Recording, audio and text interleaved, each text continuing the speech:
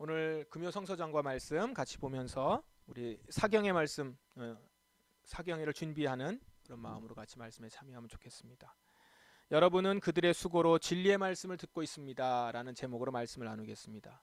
이 제목은 우리 베드로전서에 있는 그 말씀을 그대로 따다가 제목으로 정했습니다. 말씀드린 것처럼 오늘 기도회는 내일 성경 사경회를 준비하며 모이는 기도회입니다. 이번 기쁨의 50일 3주차 주일 말씀 주제가 내 영혼의 양식 성경입니다. 내 영혼의 양식 성경. 사경회도 이 주제의 일환으로 준비된 겁니다. 그래서 내일 우리가 같이 말씀을 깊이 묵상하는 그런 시간, 같이 보는 시간, 배우는 시간이 될 것입니다. 오늘 우리가 나눌 본문은 목요일 성서정과 본문입니다. 보통은 금요일 성서정과 본문 말씀을 보죠. 오늘이 금요일이니까. 그런데 오늘 금요일 본문이 구약 본문이라든가 신약 본문 다 목요일 본문의 결론부에 해당이 돼요. 이어져 있는 본문이거든요. 목금이 이렇게 연결되어 있습니다. 그래서 먼저 목요일 본문을 좀 보고 중점으로 해서 보고 금요일 본문은 적용하는 부분으로 보도록 하겠습니다. 먼저 구약 본문을 좀 봅시다. 구약 본문은 이사야서예요. 이사야서인데 내일도 우리가 같이 말씀 좀 나누겠지만 이사야서는 유다와 예루살렘의 죄에 대한 고발, 심판 이런 것들이 기록되어 있는 예언서입니다. 그러니까 예언하면은 이제 심판, 예언이 있고 죄에 대한 고발 이런 게 들어 있어요. 그런데 심판과 예언으로 끝나지 않습니다. 심판 이후에 회복에 대해서 기록되어 있어요. 심판 이후의 회복. 그리고 어떻게 보면 이 부분이 제일 중요할 수 있습니다. 회복이라는 부분이 제일 중요할 수 있어요. 그 예언서에서. 오늘 우리 목요일 본문이 바로 그 회복의 말씀이에요. 하나님이 이 백성을 회복하실 것이다 라는 내용이 이제 큰 주제입니다. 그런데 말씀드린 것처럼 단지 그냥 회복하는 것이다 라는 것이 아닙니다. 유다가 지금 대상이라고 했죠. 유다와 예루살렘. 예루살렘은 유다의 그 수도인데요. 이제 유다는요 끝까지 자신의 힘만 믿고 교만하게 이제 하나님을 자꾸 떠나려고 해요. 이렇게 해서 끝까지 하나님을 떠난다면 지금 예언자는 예언하고 있는 거예요. 그 성과 그 안의 백성들은 모두 심판받게 될 것이다. 성은 완전히 무너질 것이다. 회생 불가능한 상태로 비참하게 될 것이다. 이겁니다.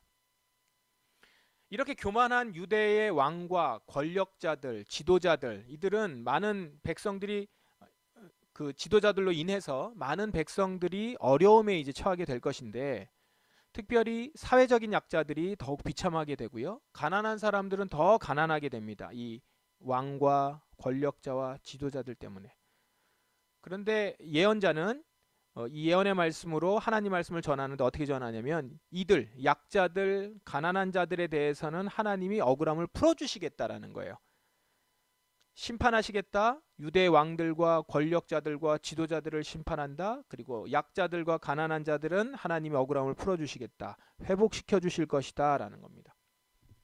자, 이 두 말씀은 연결되어 있습니다. 권력자들의 지도자들의 심판과 회복하시겠다. 가난한 자들과 약자들은 회복하시겠다라고 하는 말씀은 맞물려 있습니다. 이렇게 보시면 되죠. 강자들이 자신의 힘을 믿고 불의한 일을 저질러요. 그러면 그로 인해서 약자들은 억울하게 되겠죠. 강자들이 불의한 일을 저지르면 피해를 보는 사람들은 약자들인 거예요. 그러면 반대로 하나님이 불의한 자들을 심판하시면 결과적으로 그 불의한 자들 때문에 억울한 일을 당했던 자들은 그 억울함이 해소되는 것이겠죠. 그렇게 됩니다. 그러니까 억울함을 풀어주고 가난과 약함에 대해서 회복시켜 주실 것이다. 오늘 본문은 그렇게 회복의 메시지를 전하는 겁니다. 지금 설명한 부분을 한번 읽어볼게요.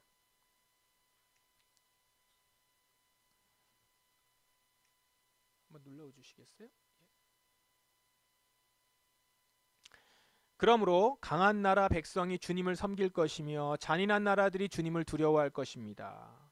주님은 가난한 사람들과 위험에 처한 사람들의 구원자가 되십니다. 주님은 폭풍을 피할 피난처가 되시며 뜨거운 햇볕을 가릴 그늘이 되십니다. 그러니까 뭐예요? 강한 나라의 백성들에게 하나님께서 그들을 심판하셔서 두렵게 만들 것이고 반대로 가난한 사람들과 위험에 처한 사람들은 구원을 받게 된다는 거죠. 피난처가 될 것이고 주님이 그들을 피하게 해주실 피난처가 될 것이고 그늘이 될 것이다. 그러니까 심판 가운데 회복이 임한다라는 얘기가 여기 좀 적혀 있죠.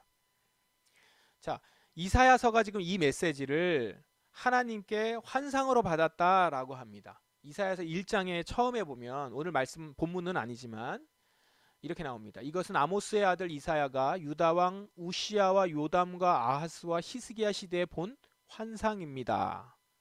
하나님께서 이사야에게 유다와 예루살렘에 일어날 일을 보여주셨습니다. 그러니까 환상을 보여주셨다는 거죠. 환상이라고 합니다.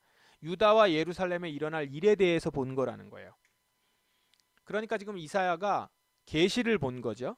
계시를 본 건데, 그런데 이사야 전체 내용을 살펴보면요, 이사야서가 66장으로 되어 있거든요.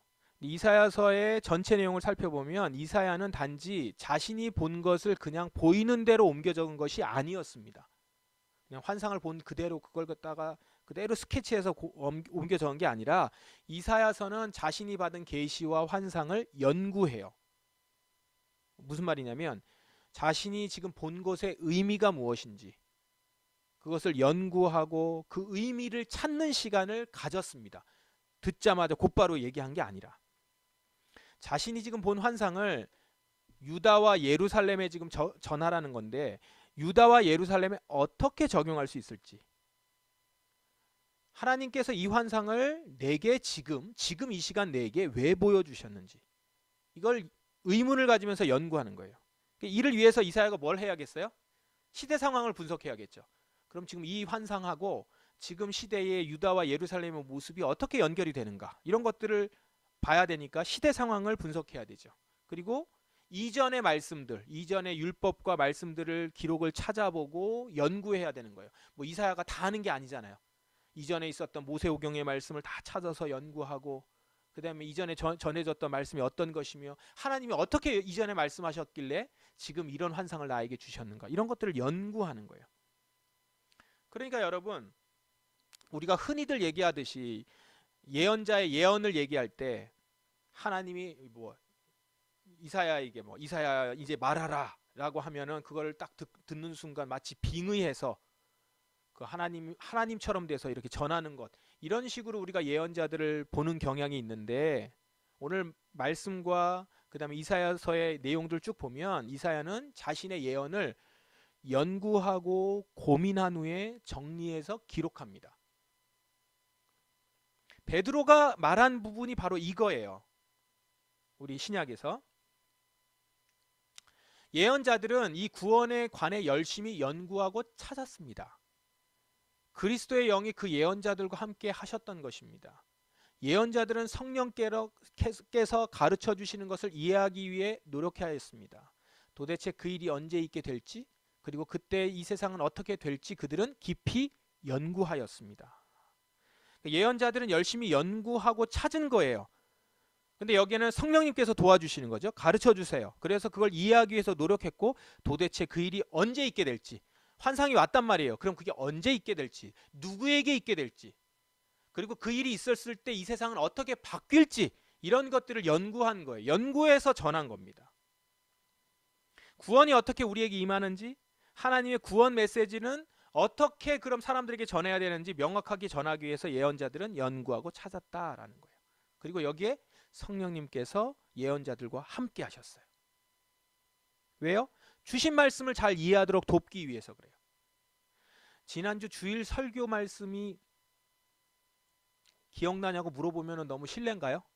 예. 지난주 설교 때 무슨 얘기를 했냐면, 성경을 우리가 읽을 때 성령님이 이렇게 빛을 비춰주셔서 조명해야 된다고 그랬죠. 그래서 우리가 그 빛 비춰주셔서 그 가운데서 우리는 성경을 통해서 예수님을 만지고 볼 수 있게 된다라고 말씀을 드렸어요. 성령의 조명하심이 있다고 했죠.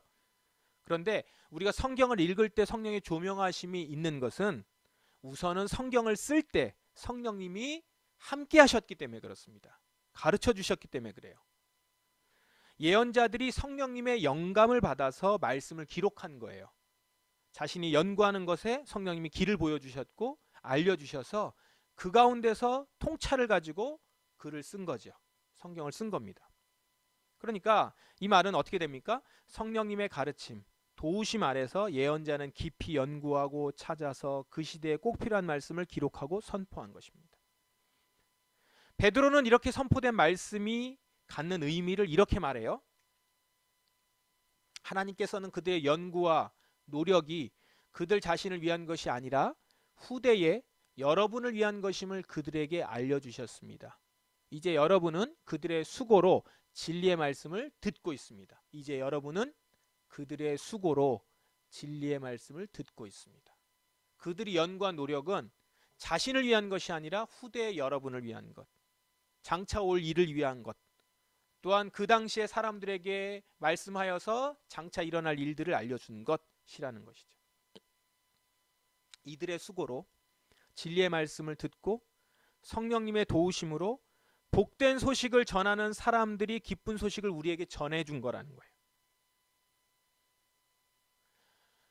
오늘 우리에게 전해진 말씀이 이런 것입니다. 이렇게 인간 저자들의 깊은 숙고와 연구와 통찰을 거쳐서 주어진 거예요. 성경 말씀은. 우리는 그들의 수고로 전해진 말씀을 통해서 은혜를 누리는 자들이 된 것입니다. 그냥 단지 학자적인 연구만 그 가운데 있는 것이 아니고요. 때로는 그 말씀을 전하게 되면 내가 죽을 수도 있다는 것을 알았음에도 불구하고 전합니다. 죽음을 각오하고 전했던 말씀이에요. 죽음을 각오하고 썼던 말씀인 거죠. 자신의 핏값을 주고 기록한 말씀들도 곳곳에 있습니다. 여러분, 그들의 수고로, 그들의 핏값으로, 그들의 헌신으로 진리의 말씀이 우리에게 전달되었고 우리는 듣고 있습니다. 그러면 이렇게 전해진 말씀을 들은 우리는 어떻게 해야 합니까? 여기서부터가 금요일 본문입니다. 여러분은 마음을 가다듬고 자신을 잘 지키십시오. 예수 그리스도께서 다시 오실 그날에 여러분이 받게 될 은혜의 선물에 모든 소망을 두시기 바랍니다. 아멘. 주어진 말씀을 잘 받고 그 말씀을 따라서 은혜 받고 은혜 받은 대로 순종하며 사는 거라는 거예요. 성령의 도우심으로 우리에게 주어진 말씀이에요. 이제 우리는 성령의 도우심을 받아서 읽고 이해하고 순종하는 것입니다. 그렇기 때문에 우리가 지금도 성경을 보는 것이에요. 성경을 통해서 우리에게 연구된 말씀이 우리에게 전달되었기 때문에 이제 우리는 그 성경을 읽으면서 우리에게 주시고자, 우리에게 전해주고자, 우리에게 알려주시고자 그들이 노력하였었던 그것들을 이제 우리는 읽을 수 있는 것이죠. 그러므로 우리는 성경을 읽는 노력이 필요합니다. 우리가 성경을 읽는 거예요. 말씀이 연구와 노력에 의해서 쓰여진 것처럼 오늘 우리는 이 말씀을 읽을 때 이 말씀을 또한 이해하기 위해서 노력하고 연구하는 것이 필요합니다. 교회 안에 성경 교사를 세운 것이 이를 돕기 위해서요. 이 목사의 가장 중요한 사역 중에 사명 중에 하나가 뭐냐면 말씀을 가르치는 것이거든요. 그러니까 성경 교사로 세워진 거죠. 그러니까 성경 교사는 이를 돕기 위해서 세워진 거예요.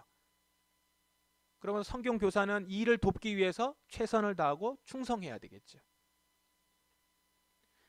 그렇게 성령 안에서 성경 교사의 도움을 받아서 우리 성도들은 주신 말씀에 귀를 기울이며 오늘 우리 삶에서 그 말씀, 주신 말씀을 어떻게 적용해야 할지, 살아있는 말씀을 삶에서 어떻게 경험하고 살아갈지 생각하고 노력하는 일이 필요한 것입니다. 그래서 말씀을 듣고 이해하려고 노력하고 성경 교사를 통해서 이 말씀의 방향이, 이 말씀의 뜻이, 의미가 무엇인지를 명확하게 알고 그것을 이제 오늘 나의 삶은 내가 제일 잘 알잖아요. 나의 삶에, 그리고 내 주변에, 그리고 내가 살고 있는 이 시대에 어떻게 적용해야 될지를 풀어가는 것이죠. 그러기 위해서 또 여러분이 여러분 스스로 이 시대가 어떤 시대인지를 알아가야 되겠죠.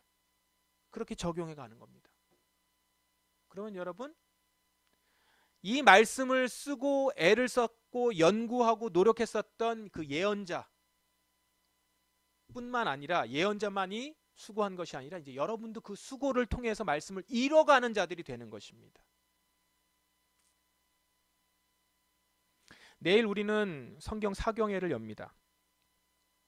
우리 교회에서 처음 개최하는 사경회예요. 이 사경회의 시간이 우리에게 주신 말씀을 보다 분명히 알고 깨닫게 해주시는 시간이 될 줄 믿습니다. 말씀을 통해서 살아갈 힘과 지혜를 얻고 분별할 능력도 그 가운데 주실 줄 믿습니다. 하나님께서 기뻐하시는 거룩한 행동이 무엇인지, 악한 행동은 무엇인지 분별할 수 있을 것입니다. 그래서 우리는 이 말씀 앞으로 가는 거예요. 말씀을 듣는 거예요. 말씀을 듣기 위해서 귀를 열고 우리의 생각을 열고 연구에 우리의 생각과 마음을 들이는 겁니다. 시간을 들이는 거예요. 그랬을 때, 그렇게 말씀이 들릴 때 내 안에 마음이 뜨겁게 될 것입니다. 왜냐하면 말씀이 살아있기 때문에, 에너지이기 때문에, 양식이기 때문에 내 안에 들어오면 그것이 일어나서 생명이 되고 뜨겁게 되는 거죠. 말씀이 살아있기 때문에 우리를 다시 살려서 우리의 영적 심장을 뛰게 해줄 것입니다. 그렇게 우리는 사는 거예요. 그래서 여러분, 사경회가 오늘날 한국교회에서 부흥회라는 이름으로 이렇게 변질 아닌 변질이 되어버렸는데, 진정한 부흥은 어떻게 일어나느냐?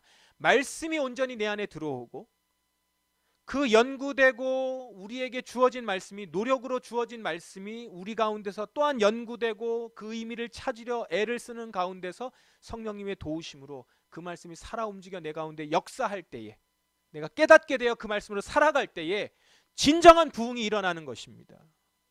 우리의 삶의 부흥이 일어나고 교회의 부흥이 일어나고 말씀으로 살아내는 능력이 일어나고 그 안에서 정말 생명이 탄생하는 역사들이 일어나는 것입니다.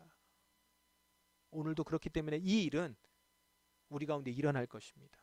참다운 부흥이 사경회를 통해서, 말씀을 깊이 연구함을 통해서 일어나게 될 줄 믿습니다. 여러분, 개개인으로서는 이 말씀의 능력과 말씀의 달콤함이 느껴지기를 바랍니다. 성경에는 말씀이 능력이 있다, 말씀이 꿀보다도 꿀송이보다도 더 달다 라고 고백한 그 고백들이 성경의 많은 사람들의 고백 가운데 있어요. 이제 그 고백이 성경에 있는 글로만 읽지 마시고 여러분이 이제 느끼셔야죠. 정말 달콤하고 정말 능력이 있구나라는 걸 여러분들이 경험하실 수 있기를 간절히 바랍니다. 많은 예언자들의 연구와 노력으로, 복음 증거자들의 수고로, 그리고 성경 교사들의 애씀으로, 가르침으로 이제 여러분들에게 주어졌습니다. 이제 말씀 안에서 우리가 거룩한 사람으로 세워져서 그리스도의 오시는 날까지 은혜의 선물 받을 그 소망에 마음을 두며 우리의 평생을 살아가는 우리 포도나무 모든 성도들이 되시기를 주님의 이름으로 축원합니다. 우리 같이 찬양하시고 같이 기도하겠습니다. 이 말씀을 놓고 기도하겠습니다. 생명의 주 말씀 우리 찬양하십시다.